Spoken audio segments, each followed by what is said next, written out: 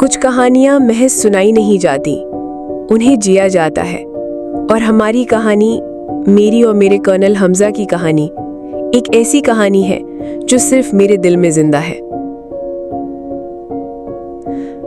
लोग कहते हैं कि फौजी बड़े मजबूत और दलेर होते हैं। वो अपनी जिंदगी की कोई जमानत नहीं दे सकते। वो नहीं जानते कि उनका अगला कदम उन्हें कहाँ ले जाएगा। ये सिर्फ एक जंगी मैदान की बात नहीं होती, बल्कि ये उनकी हर सुबह का मामूल होता है। जब वो घर से निकलते हैं तो वो हमसे वादा नहीं कर सकते कि वो वापस आएंगे या नहीं। वो अपना हर दिन, हर सांस, अपनी जिंदगी का हर लम्हा अपने मुल्क के नाम करते हैं। और यही वजह है कि उनका जाना किसी भी घराने के लिए सिर्फ एक सफ़र नहीं होता, बल्कि एक ऐसा इंतज़ार बन जाता है जिसका कोई यकीनी अंजाम नहीं होता। शायद दुनिया के हर मुल्क के फौजी की बीवी यही सोचती है कि ये हंसी, ये मुलाकात, ये मोहब्बत कहीं आखिरी ना हो। वो उनसे उनके यूनिफॉर्म के तले छुपी एक ऐसी कहानी को नहीं जानती जो हर लम्हे मौत के साये में लिखी जाती है। वो बस अपने शौहर की एक झलक देखती है जो उसकी आखिरी याद बन सकती है। मेरे शौहर कर्नल हमजा, 3 बच्चों के बाप, मेरे दिल का सुकून और इस वतन की आंख का तारा। जब वो छुट्टी पर आते थे, मेरा घर एक घर नहीं रहता था, एक ईदगाह बन जाता था। हमारी छोटी सी बेटी फातिमा उसके यूनिफॉर्म को गले लगाकर सोती थी। उसकी आंखें कहती थी कि उसे अपने बाबा की खुशबू से सुकून मिलता है।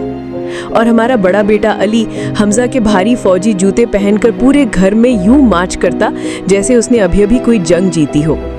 मैं खिड़की में खड़ी उन्हें देखती थी। मेरा दिल सुकून से भर जाता, मगर एक खौफ भी मेरे अंदर डेरा डाले रहता। एक आवाज़ जो मेरे कानों में गूंजती रहती कि कहीं ये आखिरी मुलाकात ना हो, कहीं ये आखिरी हंसी ना हो। फिर एक दिन वो आवाज़ हकीकत बन गई। एक फ़ोन कॉल। हमजा को बलूचिस्तान के अंदरूनी इलाके में एक खुफिया मिशन पर जाना है। ना मैं कुछ पूछ सकती थी, ना वो कुछ बता सकता था।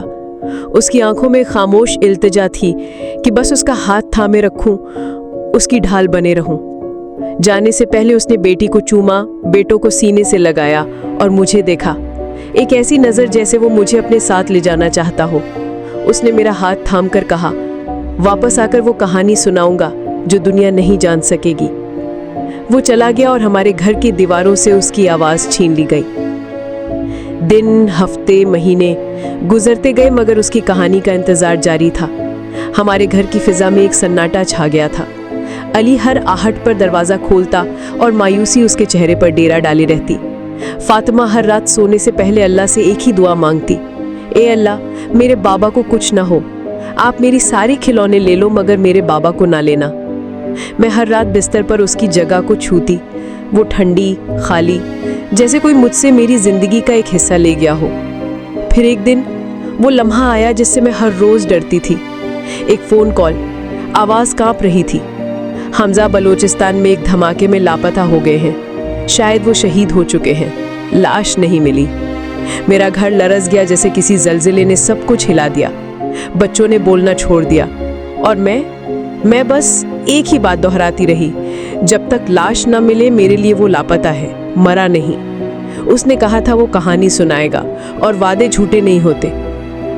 कुछ महीने और गुजर गए, कुछ मौसम बदल गए। जिंदगी जैसे एक थमा हुआ दरिया बन गई थी। बच्चे स्कूल जाने लगे, मैंने काम पर जाना शुरू कर दिया, मगर हर रात फातिमा अब भी बाबा की यूनिफॉर्म से लिपट कर सोती थी।